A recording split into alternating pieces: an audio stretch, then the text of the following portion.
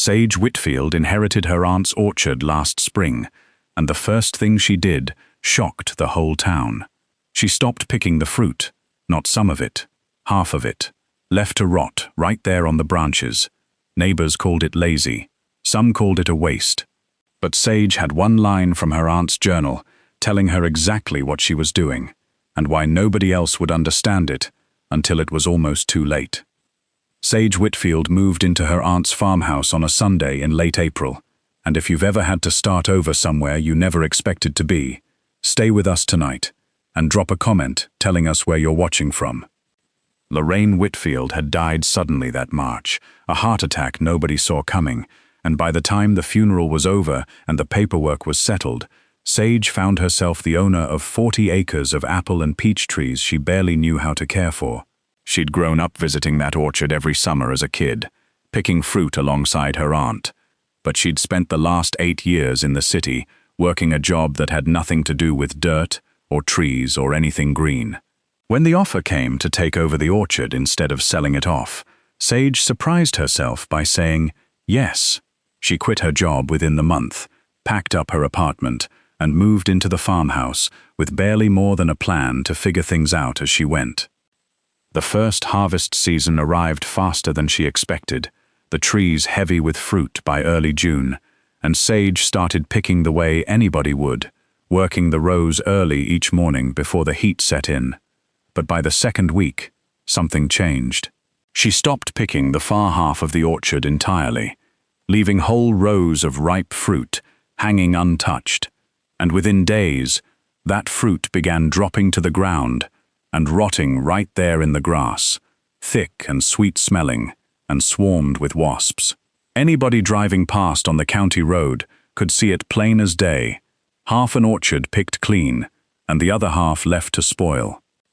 Roy Kessler noticed it first, an old family friend of Lorraine's who ran the fruit co-op 2 towns over, the same co-op Lorraine had sold to for nearly 20 years.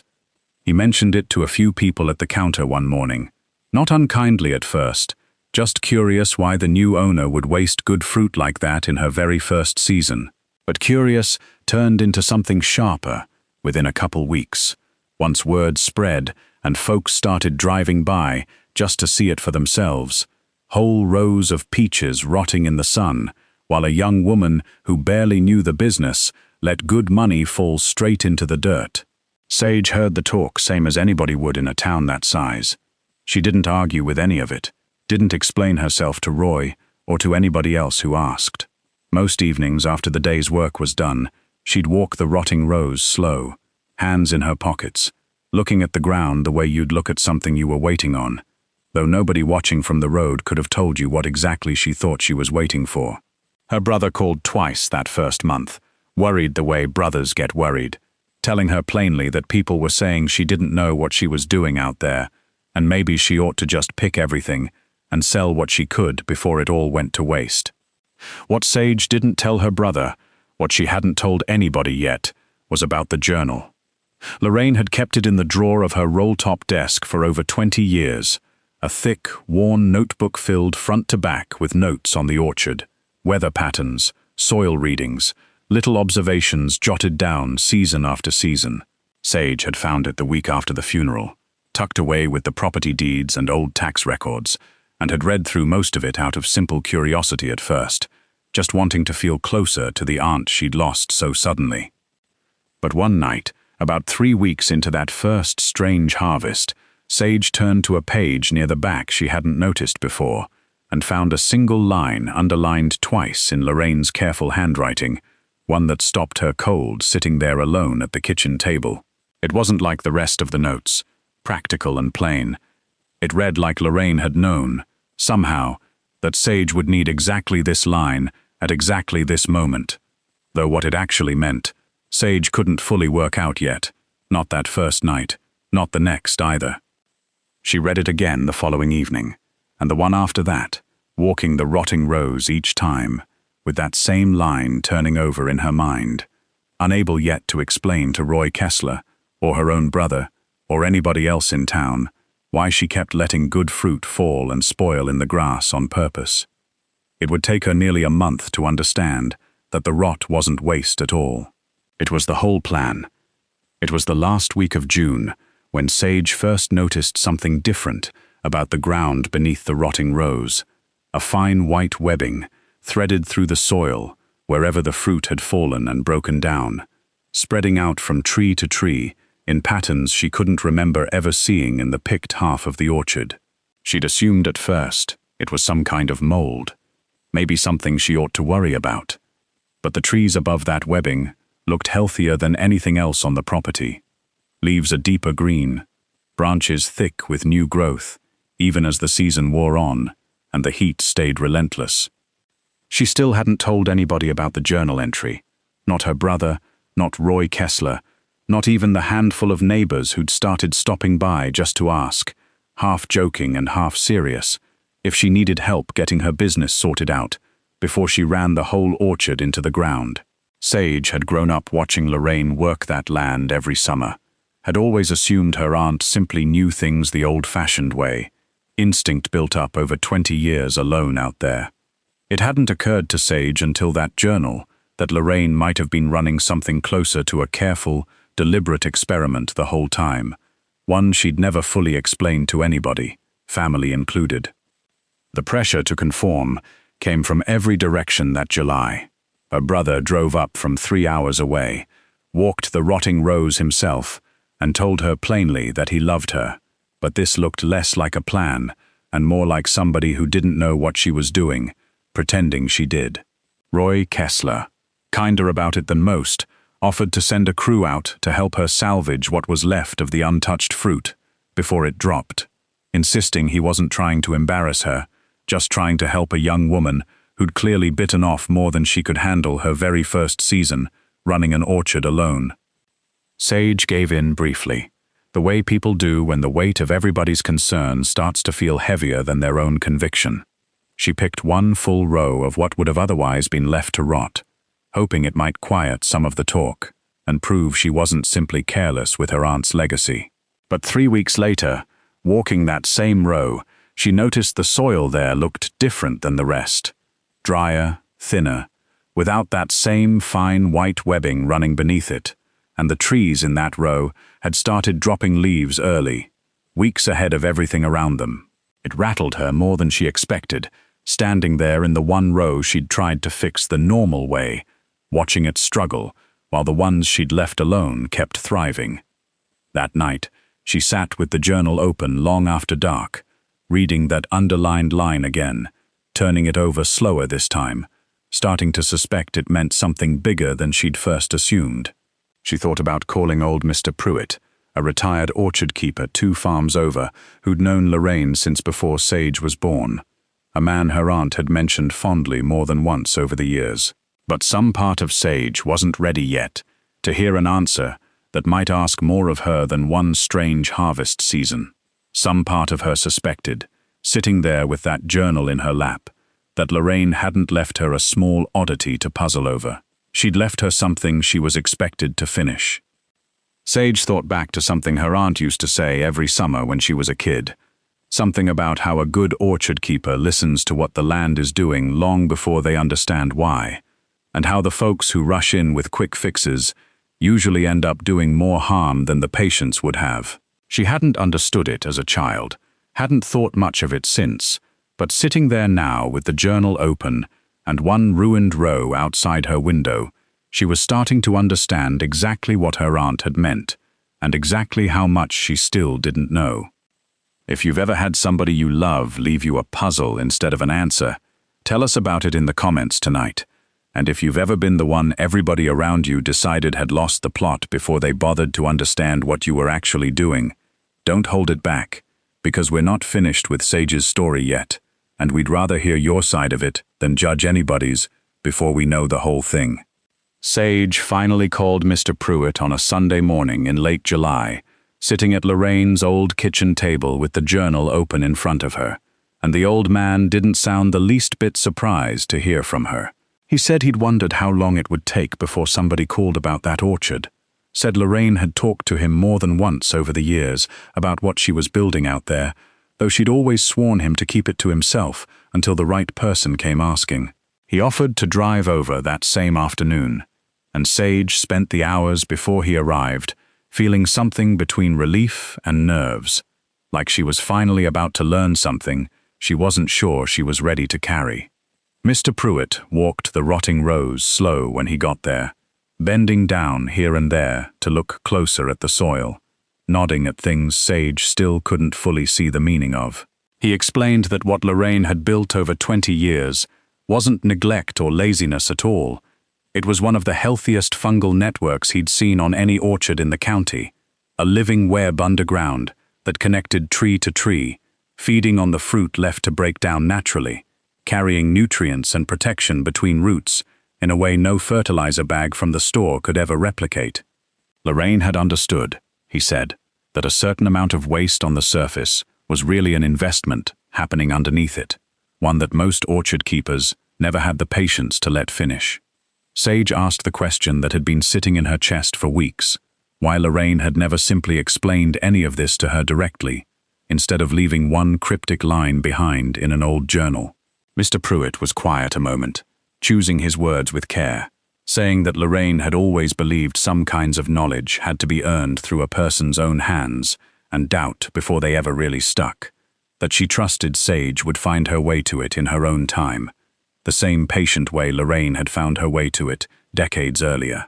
It wasn't a simple answer, but it was enough for Sage to finally understand the size of what she'd inherited.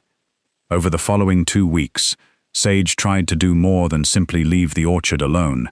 She read everything Mr. Pruitt could point her toward on fungal networks and soil health, added a few small adjustments along the edges of the property, hoping to speed things along the way her aunt had spent 2 decades doing patiently. Most of it didn't take the way she hoped. The additions she made struggled against a system that had already found its own rhythm, and the trees along those experimental edges showed little change compared to the rows she'd left completely untouched. Sage learned the hard way that some things couldn't be rushed or improved upon from the outside, only protected and trusted to keep doing what they were already doing. Around town that August, the talk shifted from simple mockery into something closer to real concern, whispers that the Whitfield girl had gone further off track than anybody first assumed, hiring outside advice, adding strange treatments to certain rows, letting half her aunt's life work turn into what Roy Kessler was now calling, loud enough for the whole co-op counter to hear, an expensive lesson she's going to regret come fall. Her brother called again that month, gentler than before, but clearly more worried, telling her plainly that people were starting to talk about her differently now, not just as somebody green to the business, but as somebody who might be in over her head for good. Sage listened to all of it and said the same thing she'd been saying since June, that the orchard was doing exactly what it needed to do, though even she wasn't entirely certain anymore where the line sat between trusting her aunt's method and losing everything trying to prove a point nobody else believed. Then, in the last week of August, word came down through the county extension office that spread across every orchard within 20 miles inside of 3 days.